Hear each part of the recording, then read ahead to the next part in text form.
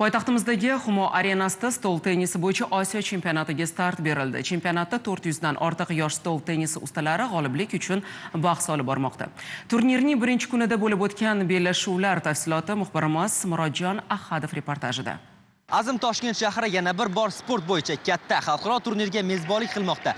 Ayni daqiqalarda yoshlar o'rtasida stol tennisi bo'yicha 29-Osiyo chempionati start oldi. Chempionat doirasida 400 ga yaqin sportchilar 7 ta kategoriya bo'yicha o'zaro bellashadilar. Chempionat Osiyo stol tennis uyushmasi va Jahon stol tennis federatsiyasi taqvimidagi muhim musobaqalardan biri hisoblanadi. Ushbu musobaqaga katta tayyorgarlik ko'rildi. Bu birinchi marta bunday katta musobaqa stol tennisi bo'yicha qabul qilinishi. May oyining so'nggi kunlarida o'sha 100 kontender xalqaro turniri, ya'ni xalqaro stol tennisi ittifoqi tasnifidagi katta bir nufuzli turnir ham yuqori saviyada o'tkazilgandi. Bu chempionat orqali o'zini reytingini ham yaxshilashga imkoniyatiga ega bo'ladi va sovrin jamg'armasi ham bor.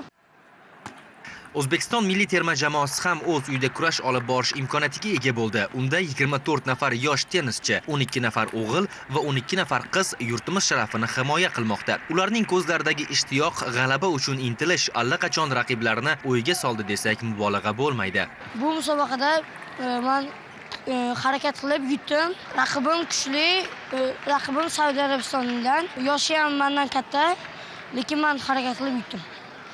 Xudo xolasa endi bu musobaqadan keyin Almatda kontender bor, uni yutishga harakat qilaman. Umuman olganda 29-Osiyo chempionati nafaqat sportchilar, balki tomoshabinlar uchun ham ulkan bayram muhitini yaratdi. Bu turnir yoshlarimizni dunyo miqyosida o'zini sinab ko'rish imkoniyati, O'zbekiston sport salohiyatini yanada namoyon qilish va yangi chempionlarni kashf etishga xizmat qiladi. Murodjon Ahadov, Aydos Ermekbayev, Azang Zakov, Zamon informatsion tahliliy dasturi uchun.